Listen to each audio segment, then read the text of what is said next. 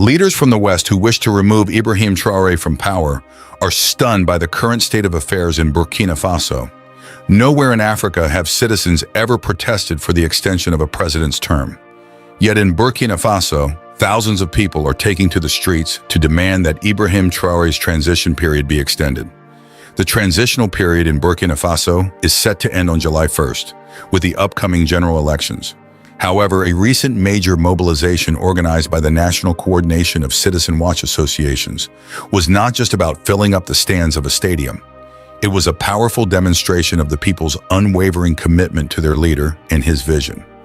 As participants from Burkina Faso took to the streets, they boldly waved their respective flags and made their message clear. No elections in Burkina Faso. This statement reflects the reality that the people are ready to take extraordinary measures to focus on the stabilization and strengthening of their country. The demonstration was a true representation of the people's firm determination to stand behind their leader and support his vision for the future.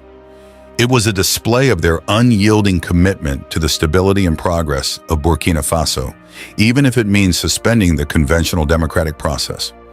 The question that remains is whether the next national conference, unanimously approved by the Transitional National Assembly, will give concrete expression to this popular will. This meeting will represent a decisive moment, a moment when the voice of the people can be officially heard and integrated into the political fabric of Burkina Faso. In the meantime, Burkina Faso is at a crossroads.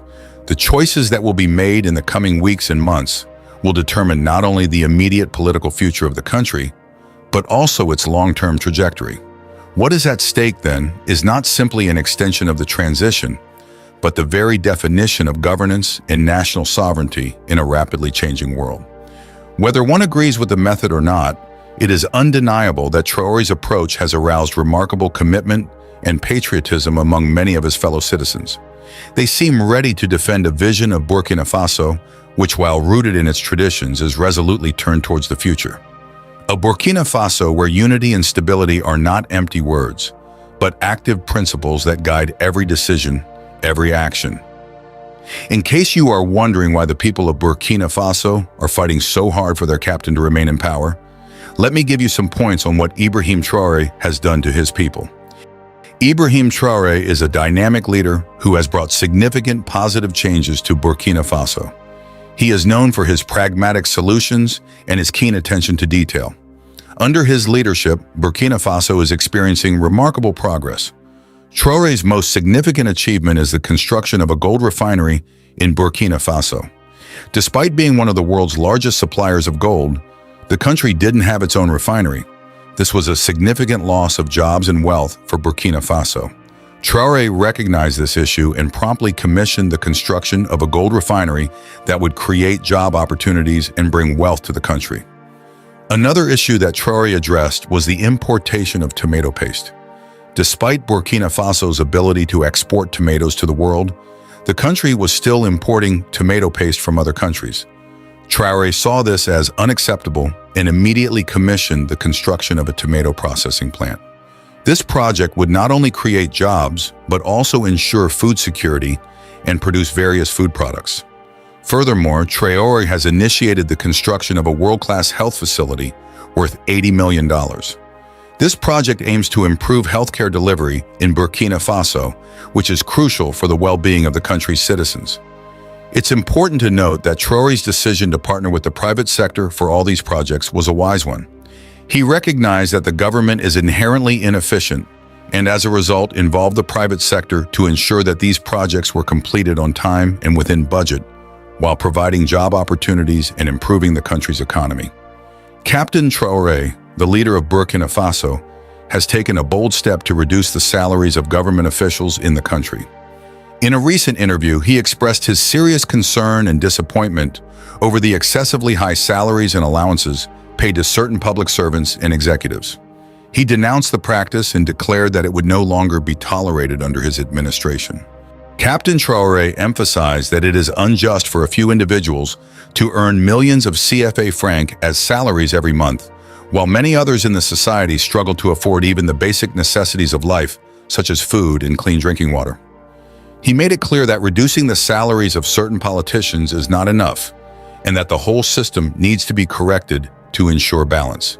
He stated that the principle of balance should underpin every aspect of the proposed reforms, and that it is time to correct the imbalance in the system.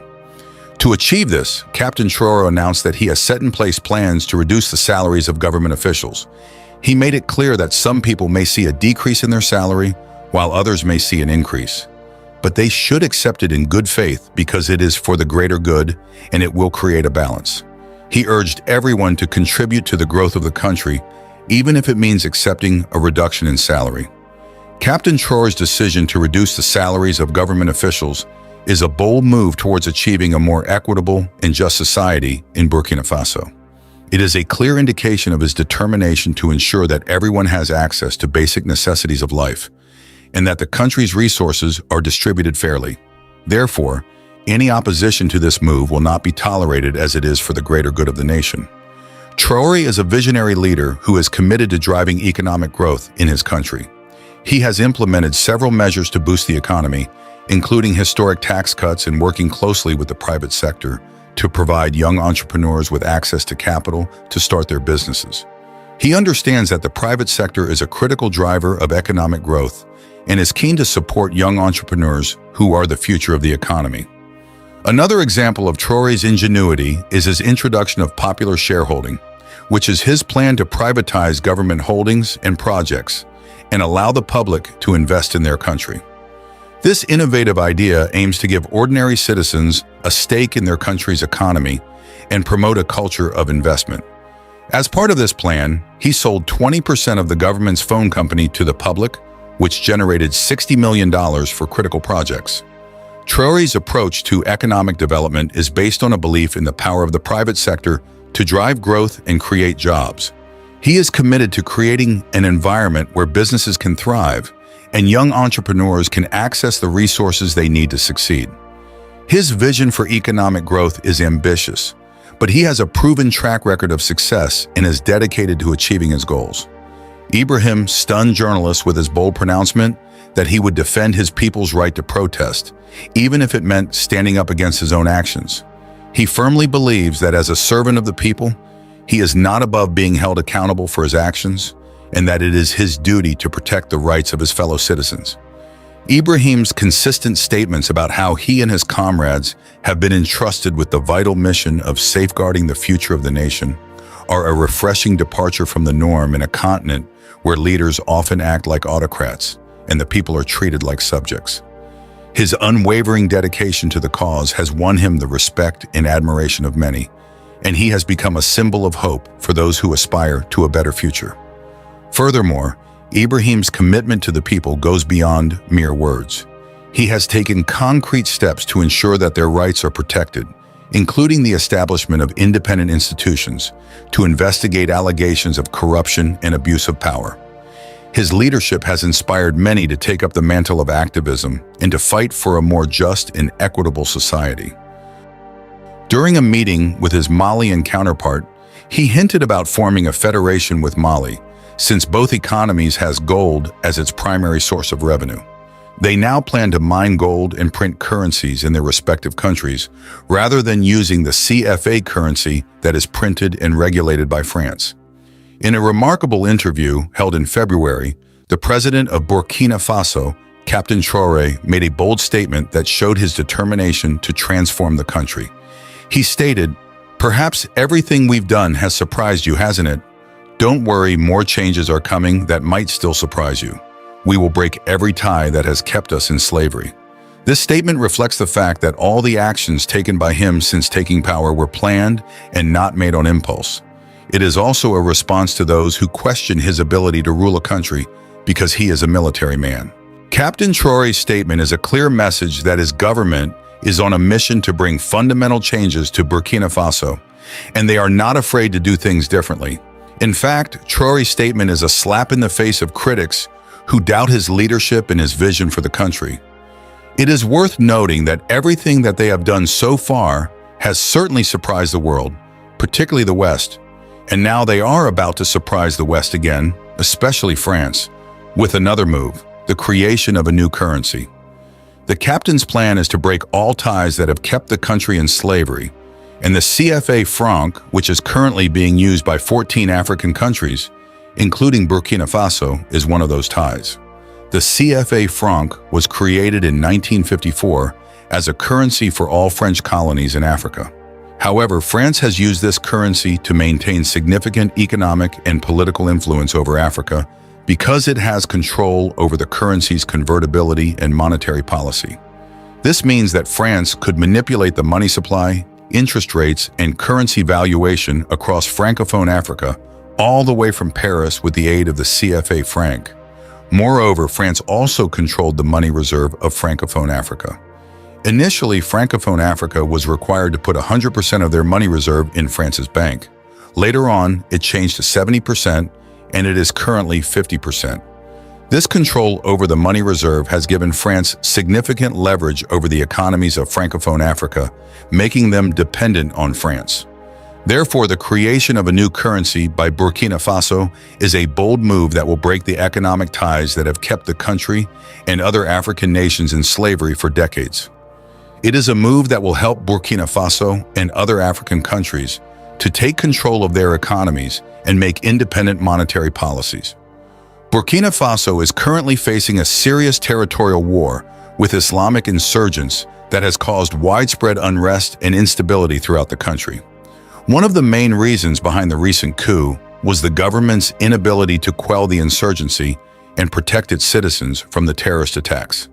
The country's military has been severely weakened and decimated by the Al-Qaeda-backed terrorists, leading to a growing sense of fear and anxiety among the population.